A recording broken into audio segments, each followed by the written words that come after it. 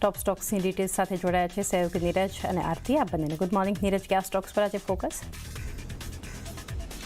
જી, શરૂઆત આપણે એક્સિસ બેંકથી કરીએ. જો પરિણામ અહીંયા આપણને અનુમાનથી સારા રહેતા જોવા મળ્યા છે. ખાસ કરીને પ્રોફિટની અંદર ઘટાડો છે, પરંતુ અનુમાનથી આપણને વધારે રહેતો જોવા મળ્યો છે. અહીંયા પ્રોફિટમાં ઘટાડાનું એક મુખ્ય કારણ એ પણ હતું કે આરબીઆઈએ અમુક જે જૂના એમના પ્રોડક્ટ હતા એના પ્રોવિઝનિંગ કરવા માટે કહ્યું હતું અને 1200 કરોડનું લગભગ એક પ્રોવિઝનિંગ એમણે કરવું પડ્યું છે, જેને લઈને પ્રોફિટની અંદર થોડોક ઘટાડો આપણને આવતો જોવા મળ્યો છે.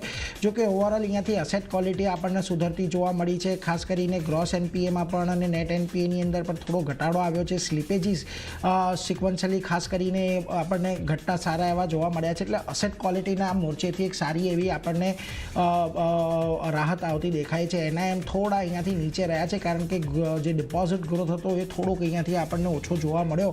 એટલે આ બધાને લઈને એનઆઈએમમાં થોડુંક એક દબાણ રહ્યું. અને ખાસ કરીને ક્રેડિટ કોસ્ટ જે કંપનીઓ માટે, બેંકો માટે સૌથી મહત્વનું હોય છે, એ પણ થોડીક વધારે જોવા મળી, પરંતુ હજી પણ નીચલા સ્તર પર છે, એટલે વધારે ચિંતાની જરૂર નથી.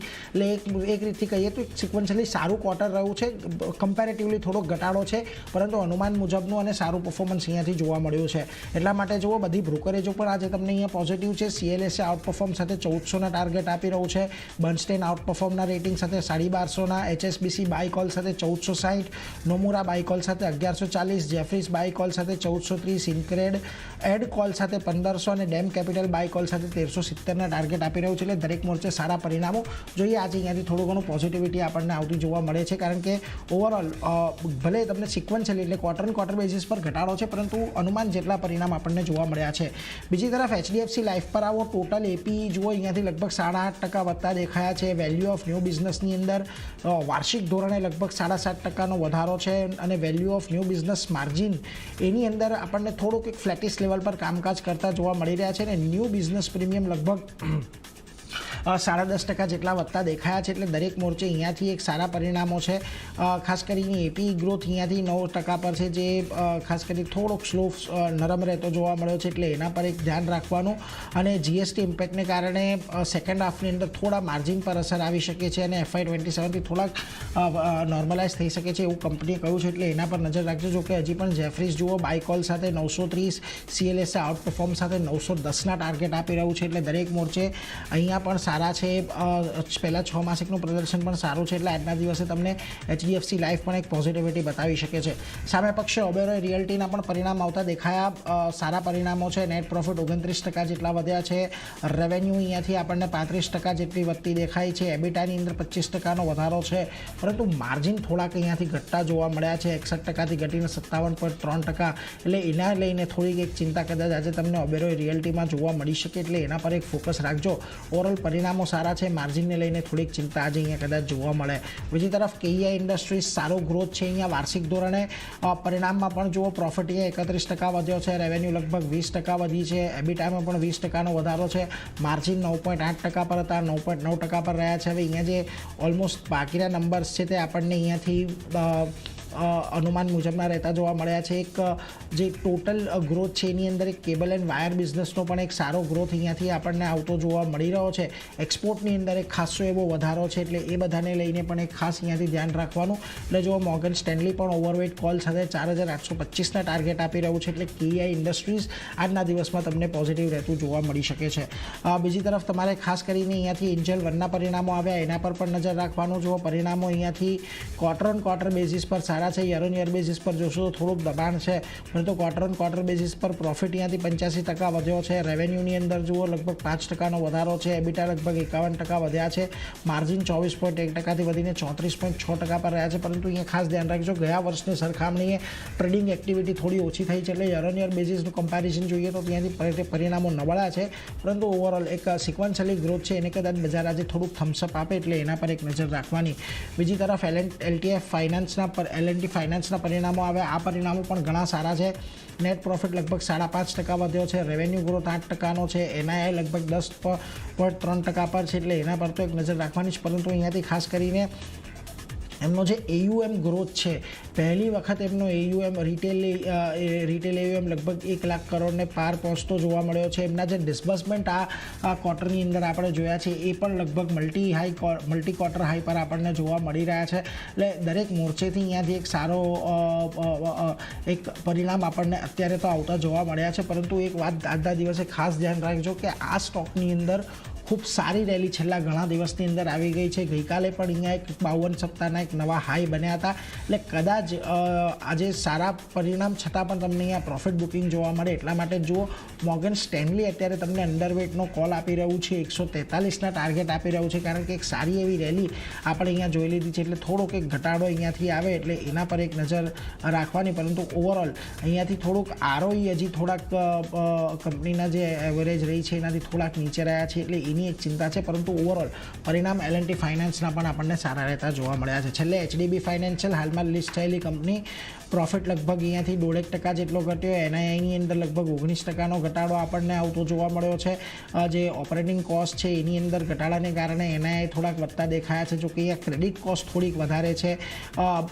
NPS પણ અહીંયાથી સ્ટેબલ રહેતા જોવા મળ્યા છે. એટલે એ બધા પર એક ખાસ ધ્યાન રાખવાનું. ને AUM ગ્રોથની અંદર પણ કોઈ બહુ વધારે મોટો ઉછાળો આવતો જોવા નથી મળ્યો, એટલે એને લઈને ખાસ ધ્યાન રાખજો. જો કે અહીંયા મોર્ગન સ્ટેનલી ઇક્વલ વેટ કોટ સાથે 805 અને જેફરીઝ બાય કોલ સાથે 900ના ટાર્ગેટ આપી રહ્યા છે. પરંતુ અહીંયાના પરિણામો થોડાક નરમ છે, વધારે ઘટાડા તરફી પણ નથી કે બહુ સારા પણ નથી. એટલે અહીંયા થોડોક ન્યુટ્રલ કારોબાર રહી શકે છે. પરંતુ આજે ખાસ કરીને axis bank, HDFC life, KEI industries, L&T finance, આ બધા પર એક નજર રાખવાની રહેશે. આરતી, તમારી પાસે લાંબુ લિસ્ટ, ખાસ ક્યાં નજર? જ્યાં સમાચારનું રિએક્શન જોવા મળશે એવા કાઉન્ટર ફોકસમાં રહેશે. BEL સાથે શરૂઆત કરીએ તો ઓર્ડર મળવાના સમાચાર આ કંપની માટે આવતા દેખાયા છે. લગભગ 592 કરોડનો ઓર્ડર કંપનીને મળ્યો છે અને ટેન્ક સબ સિસ્ટમ્સ, કમ્યુનિકેશન ગિયર અને કોમ્બેક્ટ મેનેજમેન્ટ સિસ્ટમ માટેના ઓર્ડર કંપનીને મળતા દેખાઈ રહ્યા છે. તો BEL આજે એક ફોકસમાં રાખવાનું રહેશે. અહીંયા આ સમાચારના લીધે તેજી આગળ વધતી દેખાઈ શકે છે. નેક્સ્ટ કાઉન્ટર KC ઇન્ટરનેશનલનું કાઉન્ટર છે. અહીંયા પણ નવો ઓર્ડર કંપનીને મળતો દેખાઈ રહ્યો છે. સાઉદી અરેબિયામાં લગભગ 1038 કરોડનો નવો ઓર્ડર કંપનીને મળ્યો છે અને 380 kV GIS સબસ્ટેશનની ડિઝાઇન, સપ્લાય અને ઇન્સ્ટોલેશન માટેના ઓર્ડર કંપનીને મળતા દેખાઈ રહ્યા છે. તો KC ઇન્ટરનેશનલ પર પણ એક ધ્યાન રાખવાનું રહેશે. બીજી તરફ એમટા ટેકનોલોજીનું કાઉન્ટર છે. અહીંયા ફરી એકવાર ઓર્ડર મળવાના સમાચાર આવી રહ્યા છે.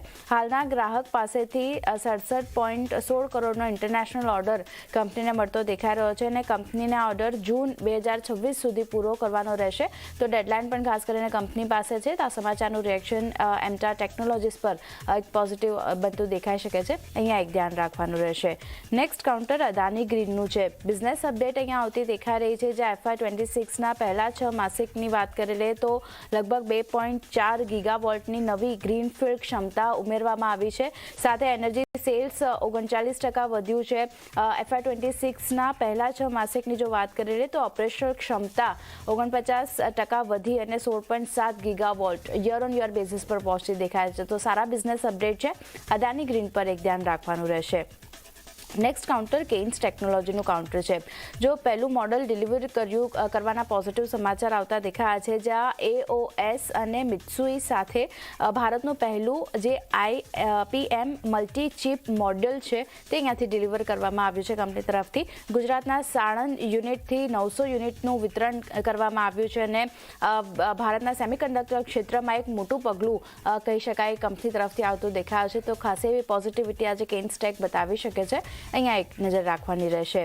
નેક્સ્ટ કાઉન્ટર જ્યોતિ સ્ટ્રક્ચર્સનું છે. પ્રોડક્ટ એવોર્ડ કંપનીને મળતો દેખાઈ રહ્યો છે. પ્રોજેક્ટ એવોર્ડ મળ્યો છે જ્યાં AESL પ્રોજેક્ટ્સ લિમિટેડ પાસેથી લગભગ 288.36 કરોડનો ટર્નકી પ્રોજેક્ટ એવોર્ડ કંપનીને મળતો દેખાયો છે. તો અહીંયા પણ એક ધ્યાન રાખવાનું રહેશે જ્યોતિ સ્ટ્રક્ચર્સ માટે. નેક્સ્ટ કાઉન્ટર જે છે તે TVS મોટરનું કાઉન્ટર છે. નવી બાઇકનું અનાવરણ કરવાના સમાચાર આવતા દેખાઈ રહ્યા છે. જ્યાં TVS અપાચે RTX બાઇકનું અનાવરણ કર્યું છે અને શોરૂમમાં શરૂઆતી કિંમતની જો વાત કરી લે તો 1,99,000 રહેતી દેખાઈ રહી છે અને નેક્સ્ટ જેન XD4 એન્જિન પર આધારિત આ પહેલું મોડલ અહીંયાથી કંપનીનું બનતું દેખાવ છે જેનું અનાવરણ કરવામાં આવ્યું છે. તો ખાસ એક TVS મોટર પર પણ ધ્યાન રાખવાનું રહેશે. હીરો મોટર પણ ફોકસમાં રહેશે કારણ કે અહીંયા જે સમાચાર આવતા દેખાયા છે નોરિયા મોટર મોટર્સ સાથે પાર્ટનરશિપ કરી છે અને આ પાર્ટનરશિપ દ્વારા કંપની સ્પેનિશ માર્કેટમાં હવે પ્રવેશ કરતી જોવા મળશે, જ્યાં હ્યુંગ 440 અને X+200 મોડલ્સ પરથી પડદો પણ ઉપાડવામાં આવ્યો છે. તો એક પોઝિટિવ સમાચાર છે. હીરો મોટો પણ આજે એક ધ્યાન રાખવાનું રહેશે. રેન ઇન્ડસ્ટ્રીઝની જો વાત કરી લઈએ તો કરાર કરવાના પોઝિટિવ સમાચાર અહીંયા પણ બનતા દેખાઈ રહ્યા છે, જ્યાં રેન કાર્બન કેનેડા INCએ ગ્રીન ગ્રેફાઇટ ટેકનોલોજી INC સાથે કરાર કર્યા છે અને રેન ઇન્ડસ્ટ્રીઝની સબસિડરી કંપની છે રેન કાર્બન કેનેડા INC, એટલે સબસિડરી કંપની દ્વારા કરાર કરવામાં આવ્યા છે. તો થોડું ઘણું રિએક્શન રેન ઇન્ડસ્ટ્રીઝ પર પણ બનતું જોવા મળશે. બેટરી મટીરિયલ સોલ્યુશન ડેવલપ કરવા માટેના આ કરાર કરવામાં આવ્યા છે, જેમાં લિથિયમ આયન બેટરી માટે eco friendly graphite anode active materials develop અહીંયાથી કંપની કરતી જોવા મળશે. તો ખાસ એક ધ્યાન રાખવાનું રહેશે. અહીંયા પણ એક પોઝિટિવિટી સ્ટોક બતાવી શકે છે.